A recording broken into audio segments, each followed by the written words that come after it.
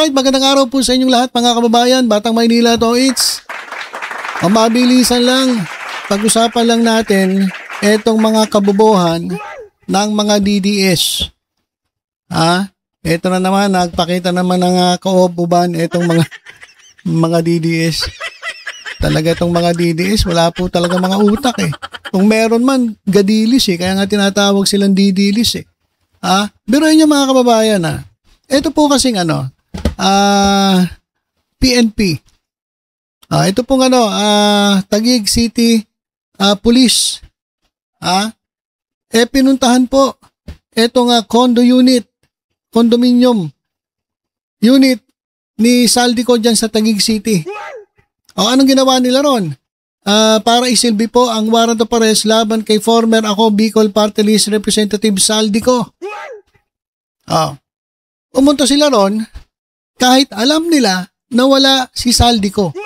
Kasi alam naman ng buong Pilipinas na wala na si Saldico. At merong ang balita, huling nakita itong si Saldico sa Japan. Okay. So, pumunta pa rin itong mga polis. Sabi ng mga didilis, ang tatanga naman itong ating mga polis. Ang gagaling daw, ang tatalino raw ng ating mga pulis. Alam na nga wala si Saldico, bakit pumunta pa rin dun sa condo unit? Bakit dun pa rin pumunta para iserve yung warrant of arrest? Sabi nga ni ito si Kiko Barsaga. Sabi niya, talino talaga ng PNP. Alam nang nasa ibang bansa si Saldico tapos pinuntahan pa condo niya sa BGC. Pinagtawanan ni Barsaga, sabi tatalino talaga nito.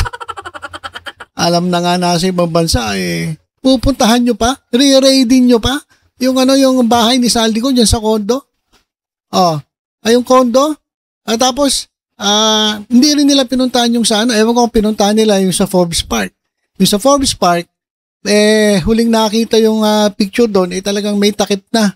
Tinakpan ng tarpaulin kasi natatakot sila na baka lusubin ng mga nag-arally diyan sa Forbes. So tinakpan at wala na rin doon si Saldico kasi nga nakita rin na naglalabas na ng mga gamit. So parang in-evacuate na yung property nila doon sa sa Forbes at maging dito sa condo unit. So pagpunta ng mga pulis, wala silang naabutan, nakapadlock. Sabi ni Barsaga, ang talino talaga ng mga PNP. Alam na nasa ibang bansa si Saldico pinuntahan pa rin yung condo niya sa BGC. At ito pa isang tanga mga kababayan. Jason Sa. Sabi ni Jason Sa, nasa abroad at nakabulitin yung suspect. Speaking about Saldico, nag-serve pa rin ng warrant sa condo na kandado. Galawang adik lang. Galawang adik lang daw, sabi ni Jason Sa. Alam nyo, mga kababayan, bakit pumunta yung mga pulis doon? Kahit alam nila na wala naman doon si Saldico. Ibig sabihin, tanga ba mga pulis? O sobrang talino nila? Alam na nila na wala si Saldico. Pero bakit pumunta pa rin sila doon sa BGC, doon sa Taguig, o doon sa condo unit ni Saldico? Alam nyo kasi mga kababayan, sa pagkakaalam ko, kapag mag-i-issue po ng warrant of arrest, yun po ay isiniserve doon po sa last known address. Okay? So, yun po ay yun po ang protocol. Isi-serve po nila yung warrant of arrest dun sa tao sa kanyang huling known address. Kasi di ba, kahit marami tayong address di ba, pag nag-fill up tayo ng mga dokumento, sabihin natin NBI, nakalagay doon yung last known address. Yung address mo. So pumunta ron yung mga pulis para i-serve yung warrant of arrest. Ngayon, tanga ba sila?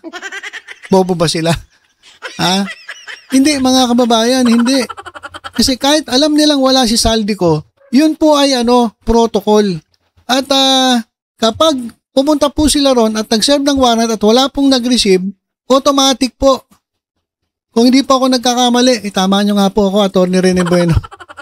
Kasi hindi naman ako abogado pero kahit pa paano may alam ako dyan kung alam ko nga lang na ganito mangyayari sa akin, dapat nag-abogado na ako, hindi na ako nag-engineer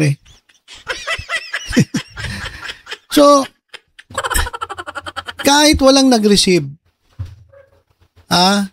Tony Bueno, saluhin mo ako rito kung tama ako. Di ba kahit walang nag-receive, automatic yon, good as na-receive na yung warrant of arrest. Good as na-receive na.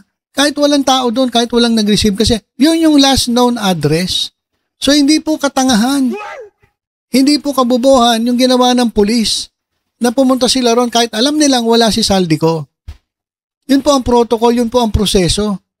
Kaya etong nagsasabi na matalino at tanga raw itong PNP, sila yung mas tanga. Sila yung mas bobo. Akala ko ba matalino to si Sir Kiko Barsaga, pasensya ka na po. Pero akala ko matalino ka kasi ang galing mo magsalita, fluent pag-English Pero ganun po talaga protocol. Hindi niyo po ba alam yan? Congressman kayo, hindi niyo alam na ganun talaga ang proseso. Kung alam lang nila kung nasan si Saldico, ba't niya dadalhin doon? Hindi, yun po ang protocol, yun po ang kinakailangan nilang gawin para po masabi na na-serve na po yung warrant of arrest. Diba? Tapos isa pa tong tanga, Jason siya. Galawang adik daw. Tanga rin to tumanda ng tumanda na ng ganyan. Pero hindi pa rin naintindihan. Mema lang, makasira lang, makapagsalita lang laban sa PNP kasi alam nyo, galit na galit sila sa PNP kasi yung kanila mga idol, katulad ni Kibuloy, di ba, PNP ang humuli. Kay dati Pangulong Rodrigo Duterte, PNP nagdala sa dahig. So talagang mainit ang mga kumukulo ang dugo nila sa mga pulis. Kaya sinasabing galawang adik lang daw. Hindi galawang adik yan, bobo ka lang. Ob ka lang, Jason sa. Ob ka lang. Pati to si Kiko Barsaga. Ano ba naman kayo? Kala ko ba may panag-aralan kayo? Bakit hindi nyo alam yung protocol, yung procedure? Basahin ko yung ibang comment. Tingnan nyo mga kababayan. Tingnan nyo, sigurado, supalpal itong mga to. Unahin na natin si Kiko. Ano sabi ng ating mga kababayan? Buti pa itong ating mga kababayan, alam Ito. In English na kayo. In English na kayo. Hindi Tagalog yan, It's part of the legal process to serve the warrant at the person's last known address. Tingnan nyo, alam ko. Hindi pa ako abogado niyan. Engineer pa lang yan. Kung nag-abogado ako, di mas lalo na sigurong alam ko yan. Di ba? Pero sa mga naririnig natin, ang dami ng mga naaresto Ganyan po ang procedure, ang legal process.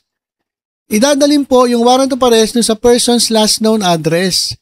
Okay. The person or the officer is required to try serving it there first. Make the attempt within the allowed time and report to the court if they weren't able to do it. Even if the person is already abroad, they still need to follow this step before using other legal option, not just skip the attempt. Ginawa nila yun at sasabihin nila sa korte kasi kinakailangan mo i-serve ang warrant may limit time limit Pupunta ka ngayon doon, sasabihin mo sa korte, ay wala, lumayas na po. Wala na po doon, nagtago na po. At least meron silang report dyan po sa korte na naglabas po ng warrant of arrest. Ito pa. Ang gagaling talaga ng ating mga kababayan Di katulad na ito mga bobong DDS If the person is outside the country, the warrant of arrest is not served at their residence. A warrant is directed to law enforcement, not to the accused like a notice. It remains valid and enforceable. Iba naman sinasabi na to. If necessary, the Philippine authorities may coordinate with Interpol for the issuance of a red notice to locate and facilitate the arrest abroad. Once the person returns to the Philippines, the warrant may be implemented immediately. So iba-iba Pero, ganun pa rin yun.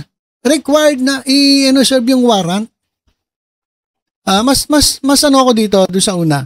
Mas na talagang ganun ang proseso. Kinakailangan mong gawin yung ginawa ng mga kapulisan. Ito. Paano naging congressman? Di alam ang batas at protocol. Kailangan i-save. Hindi, i-serve siguro to. Kailangan i-serve in Ang kailangan i-serve kahit wala siya para di ma-technical. Kasi kahit wala siya doon, pwede yun and pwede siya makancel ang passport niya or makipagtulungan ng ibang bansa para mahuli siya. Isa na siyang fugitive na matatawag kapag hindi siya nag-show up. Last na to. Kay Kiko, mamaya basahin natin yung mga comment kay Jason sang ob-ob. Hindi ba alam ni Congressman na kailangan i-serve ang warrant sa last known address upang mag-umpisa ang next legal remedies to apply for manhunt, to coordinate with NBI, to ask for cancellation of passport, hold departure if applicable, and extradition? Without serving the warrant, first on the last known address, PNP cannot proceed with the next steps. Ang katatalino talaga ng ating mga kababayan. Palapakan na nga natin ito ating mga kababayan. Mas magaling pa sa mga DDS na pulpul eh. Mas magaling pa sa DDS na obob eh. Punta natin si Jason sa. Basahin natin yung ilang comment. Ito, makinig ka. Haba ito na lang babasahin natin bilang pagtatapos. Makinig ka Jason sang ob-ob. Makinig ka. From Attorney Reyes del Rosario, question ni Kong Barsaga na ang PNP matapos punta ng kondo ni Saldico.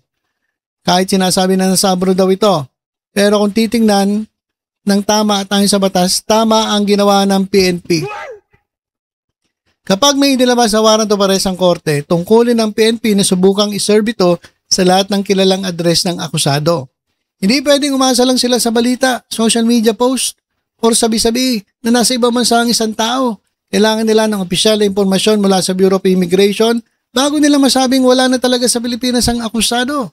Hanggat walang ganoong kumpirmasyon, itunuturing pa rin silang nasa jurisdiksyon ng bansa.